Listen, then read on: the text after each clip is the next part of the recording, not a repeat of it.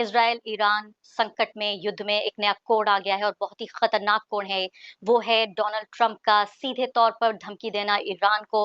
साथ-साथ इन सवालों को देखेंगे कि अगर पश्चिम एशिया पूरे तरीके से अस्थिर होता है, क्या ईरान की तबाही, इज़राइल अगर इस तरह से जिस तरह पूरे संकट को हम देख रहे हैं, अगर दुनिया की सबसे बड़ी मिलिट्री पावर आकर ये तय कर लेती है कि अगर सत्ता पलट होना है या यहाँ तक बात हो रही है कि क्या अयतुल्ला खामनेई वहाँ के जो सुप्रीम लीडर हैं, उनकी हत्या करने की भी कोशिश हो सकती है। मैं तमाम बयानों को किस तरह से भारत को देखना चाहिए, भारत की जनता को, भारत की सरकार को और साथ ही जो इंटरनेशनल कम्युनिटी है उसको कैसे देखेगी कि अगर ईरान तबाह होता है, फिर से इराक और अफ़गानिस्तान में बदलने की एक कोशिश होती है डोनाल्ड ट्रंप के ज़रिए, तो इसको हम कैसे देखें, ये जानने की कोशिश करेंगे। हमारे साथ खास मेहमान मौजूद हैं, प्रवीण साहनी जी जो कि फोर्स मैगज़ीन के एडिटर हैं, सुरक्षा मामलों के जानकार हैं, खुद एक फौजी रह चुके हैं।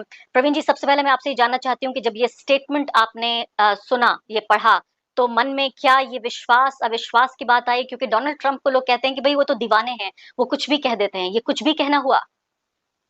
देखिए, ये जो धमकी है, इस धमकी से सिर्फ जो रिलायबिलिटी है अमेरिका की और डोनाल्ड ट्रंप की है, वो कम होती है। दुनिया में क्रेडिबिलिटी अमेरिका की कम होती है।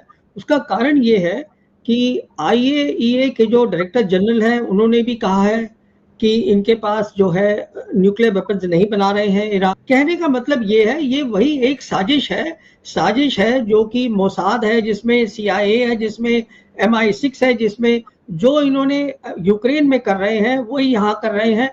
अभी तक जो ट्रंप थे वो रेजिस्ट कर रहे थे, पर अब ऐसा लगता है कि जो इजराइल की लड़ाई है वो अब दिख रहा है कि अमेरिका की लड़ाई बनती जा रही है, जो ना तो अमेरिका की क्रेडिबिलिटी के लिए अच्छी बात है, ना ट्रंप की क्रेडिबिलिटी के लिए अच्छी बात है। बिकॉज में ये धमकी देने से कोई फायदा नहीं होगा, ईरान पे धमकी नहीं लागू हो रही है और ये सिर्फ अपनी क्रेडिबिलिटी नीचे कर रहे हैं। बन रही है और हँसी आती है, दुःख भी होता है कि ईरान की जो न्यूक्लियाई ताकत है, वो खतरनाक है दुनिया के लिए, वो जो विश्व शांति के लिए खतरनाक है। आइए इस पर बातचीत करते हैं, न्यूक्लियर डील करते हैं।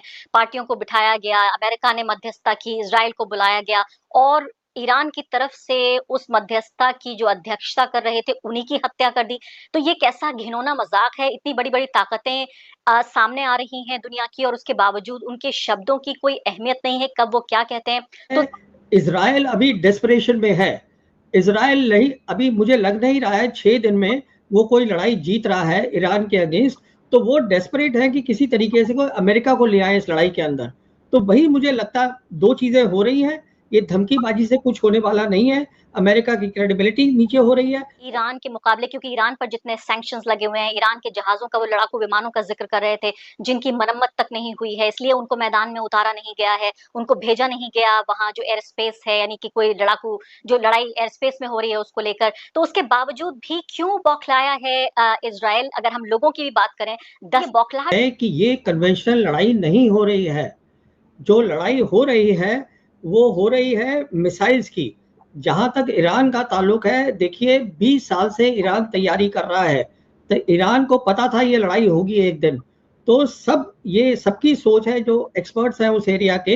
हाइपरसोनिक मिसाइल्स, देखिए ये हाइपरसोनिक एक अलग तरीके की मिसाइल होती है जो आम मिसाइल की तरह नहीं होती।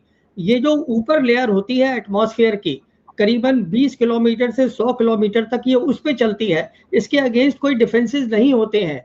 तो अब जो है उनके पास कितनी हाइपरसोनिक मिसाइल्स है, कितनी उन्होंने अंदर उसको टनल्स के अंदर डाला हुआ है, ये सब किसी को पता नहीं है। ये सिर्फ अंदाजेबाजी हो रही है। मेरी सोच ये है कि ईरान के पास बहुत सारी मिसाइल्स हैं और बहुत अव्वल दर्जे की मिसाइल है, लेटेस्ट मिसाइल है। दूसरी बात मैं आपको एक और बताना चाहूंगा आपके दर्शकों को कि रिपोर्ट आई है कि कम से कम 3 कार्गो प्लेन हैं चाइनीज के, जो कि कहीं और जा रहे थे यूरोप की तरफ, फिर उन्होंने अपना रडार बंद किया और वो ये ईरान में लैंड किए हैं। कहने का मतलब ये है कि उनके पास लड़ाई की जो क्षमता है वो आ भी रही है, वो दी जा रही है। चाइना भी दे रहा है रही कि उनके पास ये जहाज नहीं है, ये नहीं है, उसकी कोई जरूरत नहीं है। आप साइज देखिएगा इसराइल का 10 इसराइल से 10 गुना ज्यादा बड़ा है। ईरान जो है आम ताम ताकत नहीं है, कन्वेंशनल लड़ाई नहीं हो रही है। तो ये देखिए ना। इसी दौरान जो खबरें आ रही हैं भारत पाकिस्तान के नजरिए से अगर देखें तो पाकिस्तान के सेना अध्यक्ष के साथ डोनाल्ड ट्रंप लंच करेंगे, ये भी अपने आप में बड़ी बात है। पूरी अंतर्राष्ट्रीय मीडिया में इसको लेकर खबरें छप रही हैं। भारत की भी एक तरह से एक डिप्लोमेटिक नाकामी के तौर पे देखा जा रहा है कि अभी-अभी भारत के ऊपर हमला किया गया, पाकिस्तान समर्थित ताकतों ने, कम से कम भारत ये कह रहा है, और उसके साथ-साथ किस तरह से उनके सेनाध्यक्ष को इतना स्पॉटलाइट में लाया जा रहा है। जैसे मैं आपसे कह रहा था, ईरान जो है वो तैयारी कर रहा है 20 साल से, और उनके पास पूरी तैयारी है। बताइए कि जो पाकिस्तान के सेना अध्यक्ष हैं आसिम मुनीर, वो डोनाल्ड ट्रंप के साथ लंच करेंगे। ये इस पूरे डेवलपमेंट को, इस घटनाक्रम को आप कैसे देखते हैं? खासकर ऑपरेशन सिंदूर के तुरंत ये पूरी दुनिया में गए, उन्हें कन्विंस करने की वहाँ पे कोशिश की, अपना पक्ष रखने की कोशिश की। ऐसे में पाकिस्तान के सेना अध्यक्ष का ओवल ऑफिस में, राष्ट्रपति के कार्यालय में वहाँ पर पहुँचना, उनके साथ लंच करना, इसको आप किस तरीके से देखते हैं?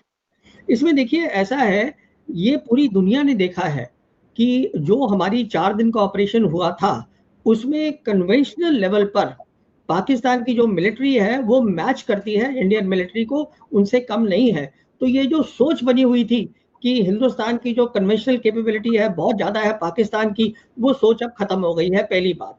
दूसरी बात ये है कि जहाँ तक पाकिस्तान का ताल्लुक है, पाकिस्तान काउंटर टेरर ऑपरेशंस के लिए बहुत ज़्यादा यूज़फुल है अमेरिका के लिए। इनफैक्ट जो उनके अमेरिका के जो सेंटकॉम के जो कमांडर हैं, जनरल माइकल, उन्होंने भी ये बयान दिया है अपनी सेनेट के अंदर कि हमारे लिए पाकिस्तान इम्पोर्टेंट है फॉर काउंटर टेरर ऑपरेशंस। तो साथ में आप ये भी देखिए, इनको जो लोन मिला है आईएमएफ से मिला है, पाकिस्तान को वर्ल्ड बैंक से मिला है 4 बिलियन, वो तभी मिला है बिकॉज अमेरिका मेहरबान है।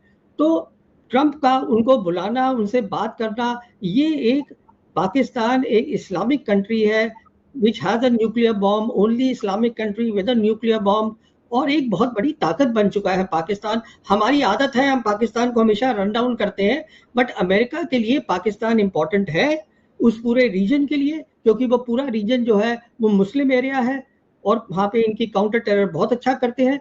इंडिया की जरूरत उनको किसी और काम के लिए। अकेला ऐसा मुस्लिम देश है जिसके पास न्यूक्लियर पावर है, लेकिन इसके साथ-साथ ये समझना ज़रूरी है कि ईरान भी एक तरह से जो मुस्लिम दुनिया है, उसका लीडर बनने की कोशिश लगातार करता है, कम से कम एक रीजनल लीडर।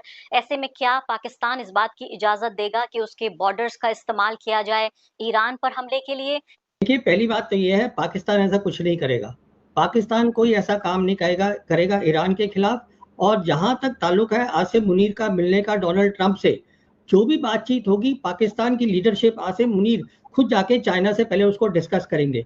अभी जहाँ तक आपने बात करी ईरान की, ईरान रीजनल लीडर नहीं है, हमें ये बात भी समझनी है। ईरान का अब एक वर्ल्ड व्यू है, ईरान एक बहुत इंपॉर्टेंट मेंबर है एससीओ का, इंपॉर्टेंट मेंबर है ब्रिक्स का, ग्लोबल साउथ का बहुत इंपॉर्टेंट मेंबर है। जहां तक इजराइल का ताल्लुक है, इजराइल का रीजनल पर्सपेक्टिव है। जहां तक पाकिस्तान का ताल्लुक है, पाकिस्तान का अभी भी रीजनल पर्सपेक्टिव है, उनमें काबिलियत है अपनी जियो पॉलिटिक्स को बढ़ाने की। पर जहां तक हिंदुस्तान का ताल्लुक है, देखिए हिंदुस्तान की फॉरेन पॉलिसी बिल्कुल गलत है। हम ग्लोबल साउथ कंट्री हैं, हम ब्रिक्स के हम कहते हैं मेंबर हैं, एससीओ के मेंबर हैं। हमें आज ईरान के साथ खड़ा होना है, हमें आज पैलेस्टाइन के साथ खड़ा होना है, और हम उसके विपरीत खड़ा हो रहे हैं इजराइल के साथ। इजराइल जेनोसाइड कर रहा है ये पूरे गाजा के अंदर, किसको नहीं समझ में आ रहा है? कोई लड़ाई थोड़ा ना लड़ रहा है इजराइल, वहां पर वहां जेनोसाइड हो रहा है। और ये ईरान जो है, हमें इसको आज देखिए ग्लोबल साउथ सारी कंट्रीज वहां उसके साथ खड़ी है, हम नहीं है उनके साथ। हमारा G7 में क्या मतलब है? जहां तक मेरा ताल्लुक है, हम G7 में तो है ही नहीं है।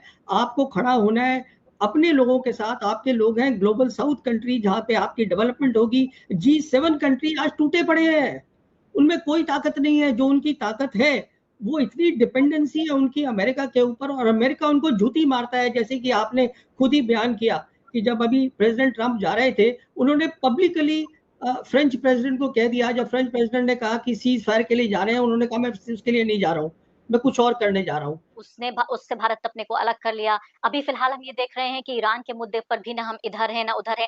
तो लॉजिक सिर्फ समझ में आ रहा है आपको, मुझे, भारत की जनता को, तो भारत की सरकार को क्यों नहीं समझ आ रहा? क्योंकि भारत की सरकार समझना नहीं चाहती है, इतना इलॉजिकल काम हो रहा है। मैं